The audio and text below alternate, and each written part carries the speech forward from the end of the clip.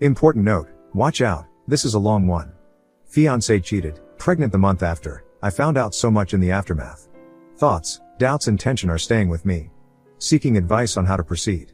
Feedback, comments and enlightenments are welcome too. Background would fill pages. Just in short, we have been LD, but LDR with plans and called daily and messaged intensively, 50 messages a day, mostly much more. About all 2 months we would stay together for some 2 to 3 weeks.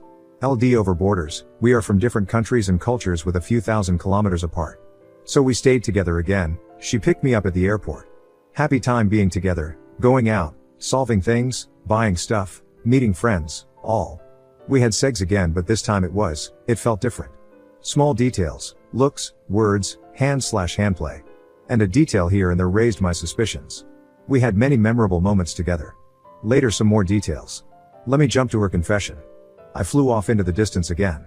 5 weeks in the pregnancy and at another anger eruption I had finally the balls to chat reply and trigger her with one specific, but fuzzy clue from my collection of all my gut feelings and semi-evidence. A visual trigger added, harmless to look at, but an overwhelming trigger for a caught liar. It was a hit in the mark. Bullseye. She got silent, stunned, like collapsing. Only a few words she replied admitting. It was clear the game was over. House of Lies was collapsing. And finally it was getting off my chest. I arranged with a colleague about I assumptional wouldn't be able to work much that day. What followed was a 3-hour call with her. She repeated from the last lines of our chat. My tears are dry. You can tell everything now.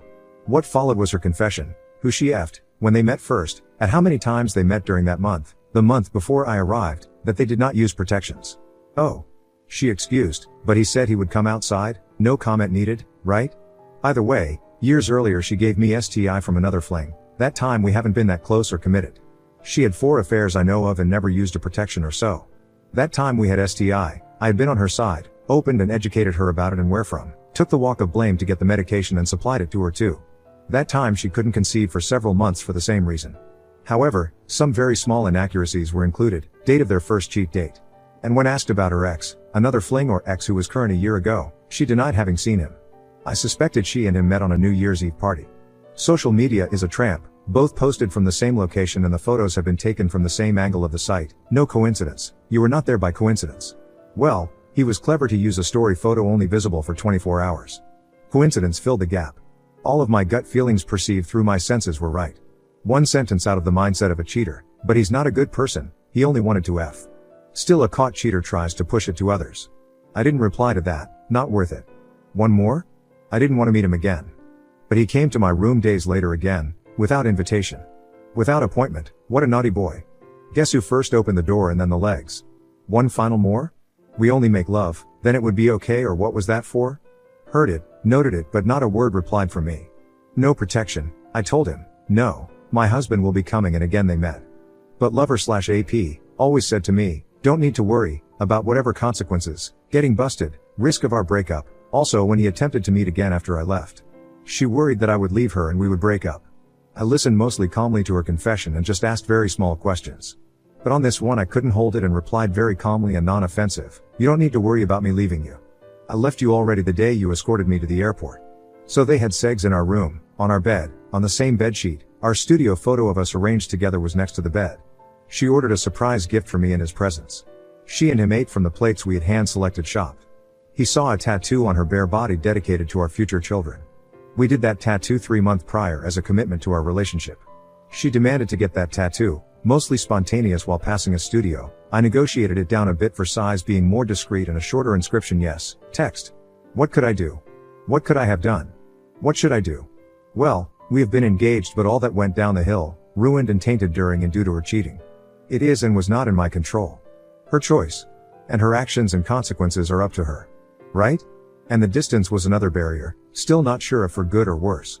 I had horrible and thoughtful days and nights, being non-concentrated at work. Felt good about some lies got out of the secret, but felt bitter and bad about our relationship falling apart and one dream vanishing after the other. We kept in contact, it felt bizarre and strange. Less messages and calls. I couldn't say I love you anymore to her, avoided the usual confessions. Her tensions rising, I could again feel her inner tension, either because of her inner conflict, who's the father, how to continue, or due to her unghosting the other man again. My gut feeling told me, this time I was listening and trusting my gut feeling better. Her strange behavior had the same pattern as during the ongoing month. She told him the day before I arrived to forget her like he never knew her, then blocked and deleted evidence. 10 days later, in the limbo of fog and status quo, there was a morning surprise, and what followed shortly after was another new anger eruption, swearings at me. It came clear to me that there is no future for both of us. Just toxic, tainted, lies, doubt, tension, no trust, no faith, no hope, possibly new betrayal and lies. That morning she changed a profile photo. Half the way clever, it was not showing her with that other male together, but a photo he took of her on the day they met first. That way she could show it openly to everyone and to me and to her pleased lover, because the photo itself looks good, normal and innocent. Looks can be deceiving. Later someone enlightened me about her previous profile photos, same pattern, giving me the names matching each of her profile and story photos in a way like playing concentration, the memory card game where you find a matching pair. I traveled back in time and discovered some unseen posts by her, some that have been visible for only a few hours, and the time she changed her relationship status from engaged to single. Kicking my own crap, what I have missed, so obviously, some things so openly. I had help, someone as a translator. That someone is way more active on social media and took screenshots at the time of the posts because that someone found it strange. The bottom was, today I am not going to sleep alone. Together with a photo of her dressed nicely just before going out on the date with him. It was visible only quite short, an hour or two. What's happening in the mind of someone posting such an announcement to cheat? Who was that addressed to? Anticipation for the lover on what to expect when they meet later on that day? Thrill of announcing it public? I learned about this announcement in hindsight. At the original time of that post I was sleeping. Still risky. At that time I was very emotional, mixed, and many thoughts went through my mind. Thinking ways, thinking possibilities, almost couldn't work. Consulted/spoke with a close friend about it, overthinking and overthinking again. I found no good ending, no good outcome, no good way. Just that an end is necessary for that toxic relationship, an end for being sold for stupid, an end for being taken for a ride, an end to lies, an end to history keeps repeating, an end to our misery. And an end to my illusion about we have a committed exclusive relationship, and an end to our future would be a family with her. A fight is going on inside me. Google it with quotes for another insight. How to end. I skipped most ideas floating in my mind about how to put an end. How to cause least pain, how to not be mean. Short time and long time outcome. How to put her/them not to life danger. She twice threatened to jump as an escape, or was it her call for attention in case of borderline? Why ghosting? No additional hurt, no extra argument, no more conflict. It will hurt us both enough anyway. My intention was avoidance, to avoid that awkward situation, avoid losing faces, avoid us screaming, avoid new lies, avoid her apologizing with no chance for forgiveness. Avoid new promises to be broken again, avoid her begging, and avoid me needing to hear all this again. Heard that before. She didn't keep promises before. I needed an end to both her plus my tensions and her toxicity. And I wanted to protect myself from being hurt that deep again. On confession day, I thought and expected the end to our relationship, but somehow it was not really over and transferred to a daily routine. Wake up to myself, our relationship was over long ago. I also wanted to avoid the small risk of me getting soft. Avoiding history repeating. One time in the past, in a broad similar situation where she did something contra-relationshiptional and I wanted to break up, she slapped herself several times as a self-punishment while begging to forgive her. And another time she bite herself to underscore her promises for her virtue and honesty. I also didn't want to risk her jumping to death after a full rejection. Who's ghost first? In the past she once threatened to ghost me, block, delete and change her number, etc. Even to move so you will not find me. I remember all the details. She barked very late that night, in addition to our usual good night call. During that day there has not been much up to argue about, but it erupted from her. It sounded like an announcement in 2 weeks, her future plan. That was 2 weeks before she started her affair and met her lover. The day following that announcement I was not answering her for half the day. She played down what she said, apologizing, emphasizing how much she loves me and how much our relationship values her. Made me think. That time I forgave. I selected to ghost, avoiding discussions, worthless, avoiding confrontation with tears, avoiding new lies. By the way, one of her confessions was I am a liar.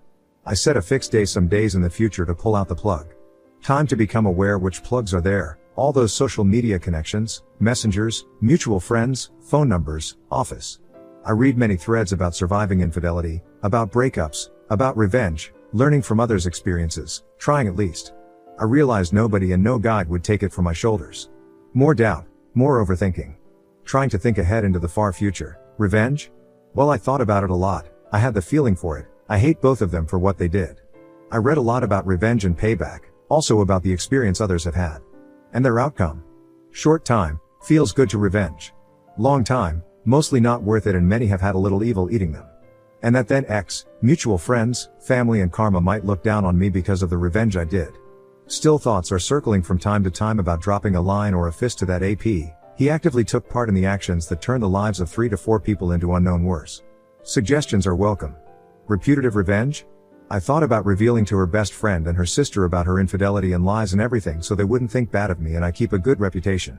Revenge would have made me feel good for a moment because I was right and she was wrong, and opening the book of shame and blame. But they are her friends and family, they would either be her side or blame her for her actions from all sides plus gossip. No win scenario. They wouldn't be part of my future anyway. To myself, let it go, so I decided to let it go, let her go and continue her life and tell her friends, relatives, family and the other guy, lover, AP, whatever story she wants or is most comfortable for her. Her future? A view to the other side, how would she and her life continue? I don't know, and it was not my business and out of my control anyway. However, whatever I give in or say to her might take effect in the far future. Her future. Their future. She would defend and justify her actions or change the story so she would have more tension about it, and the new lies she would tell them. So, whatever, give her a bit more freedom to tell them whatever she wants, whatever makes her comfortable, whatever is good for her future or the next guy. Would it hurt me?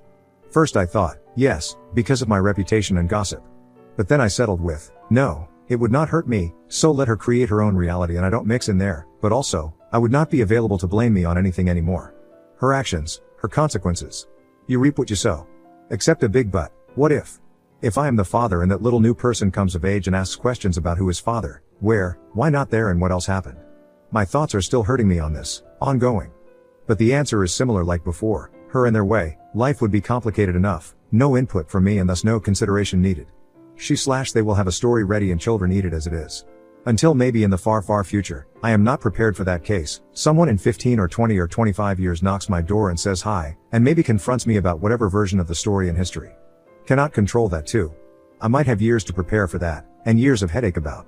End thoughts. I realized I don't want revenge, put nothing bitter nor angry. Last best wishes have been said and written already on previous escalations, like heartily goodbye and thanks for knowing you and all the good time we spent together. Wishing you well and take care. Last time on that 10-day. I didn't feel to repeat it like that another time. On previous occasions, every few months, she texted me goodbye forever, this time for real, but they weren't actually an end and usually minutes to hours later she calmed down and apologized lovely. The end, or becoming a ghost. The last afternoon came, the last time I sent out nice and amicable words on the phone call. With a lump in my throat because I knew it was the end. I was tempted to say something else, maybe something important or something lasting or something meaningful. I resisted. It hurt. Later and late last messages, sending out good night and sweet dreams. Take care. See you in dreamland while I was driving. She should have slept already, didn't reply before. I wanted the last words to be friendly words. But then, another torrent of egocentric messages mixed with anger arrived, barking to me about. Pushing on me by questioning about. I will skip it, nothing factual, nothing fundamental. I just replied, whatever I tried to message, to call, to do. It can't please you. As I was driving, which I've told her, I didn't reply her much. Later I read it. One of her lines was like, you think this baby is not your baby. Okay, never come back to me. One day this is really your baby, I will have left you already, and all this came out of nowhere. Not a topic or doubt from my lips. Only once, on that day of her confession, when I asked her, do you know who is the daddy? Her answer was, I don't know. Sorry, and the confession started. This did not go and end like planned. I said bye and thanks before. Several times. Friendly and honest. So no need to repeat it again. I couldn't really eat nor sleep. In the early morning I went on autopilot to block, disable, deactivate. She noticed my early morning activities, my changed profile photo, barked 2 or 3 lines of derogatory remarks, then that channel was blocked too. Silence. So silent.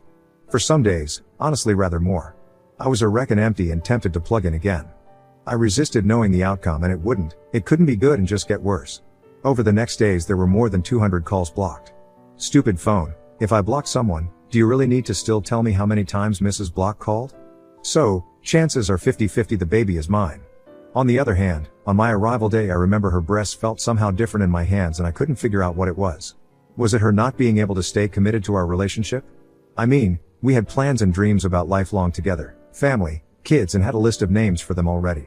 Was it about appetite for another affair? One not enough? Thrill of falling in new love again? Kink of some kind? Was it about LD/LDR, not being available and around all the time? I know LDR is complicated, I've been on the other side of it. But we stayed so close all the time, daily several calls, short and long ones, messages and sending each other selfies and pics of our daily lives. More details are following, not really chronologically, her side for good. I have been by her side, showed much patience and empathy towards her, and supported her emotionally. On every problem that shaked her, work, family, life. Even when morning sickness kicked in and so on.